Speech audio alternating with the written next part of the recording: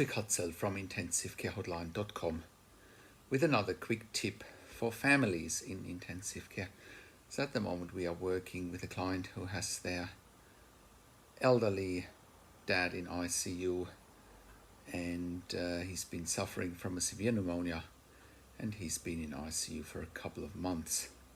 Initially he had a tracheostomy because he couldn't be weaned off the ventilator, and after many weeks of physiotherapy, mobilization, eventually the client's dad could have time off the ventilator, and then the client contacts me again and says, hey, they want to decannulate my dad on Monday or whatever day it was, but I don't think he's ready. What should I do? So the ICU there has been very reluctant to release medical records to our client, which is, obviously against patients' rights, it's against laws.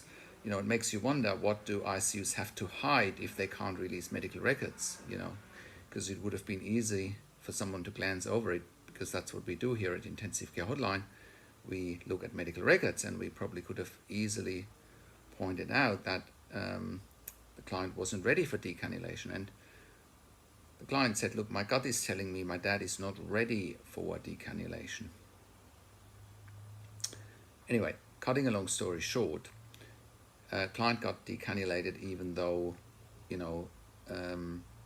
he expressed to the ICU team that he didn't think his dad was ready, but nevertheless they did it anyway. So now, after a few days of decannulation, the ICU doctor is telling the client that the dad has a very weak cough and can't clear the airway, and but they won't put the tracheostomy back in because they're saying it's not, quote unquote, in the best interest of our client's dad. Well, I have yet to find out if someone dying is in their best interest, why that would be the case.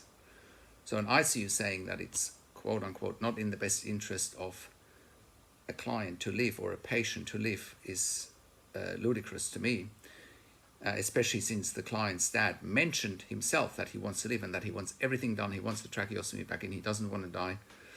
So by health professionals in ICU not following patients' requests, that's highly unethical and immoral as far as I'm concerned.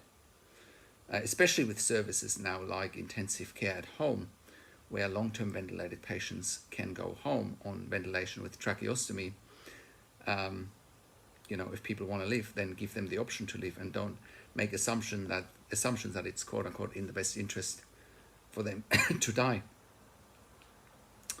You should check out intensivecarehome.com for more information what we do there, because we basically send intensive care nurses into the home for long-term ventilated adults and children with tracheostomy, and also if someone goes home only with a tracheostomy, or if someone goes home on BiPAP or CPAP ventilation. That would have been an option for this gentleman. We are currently operating in Australia, all major capital cities, with intensive care at home. You should check out intensivecarehome.com. But even if you're in the UK or in the US or in Canada, you should contact us as well. I'm sure we can help you with pointing you in the right direction one way or another, what to do if you are in a situation like that. So that is my quick tip for today. The tip really is look for options such as intensive care at home. Look for medical records as quickly as possible. You might sometimes have to get a lawyer or an attorney or a barrister involved to get medical records released. It's very unfortunate, your red flags should go up straight away if an ICU doesn't want to release medical records. In any jurisdiction, that is your right, not a privilege, that is your right. And if they don't want to release medical records, why is that? What is it they have to hide?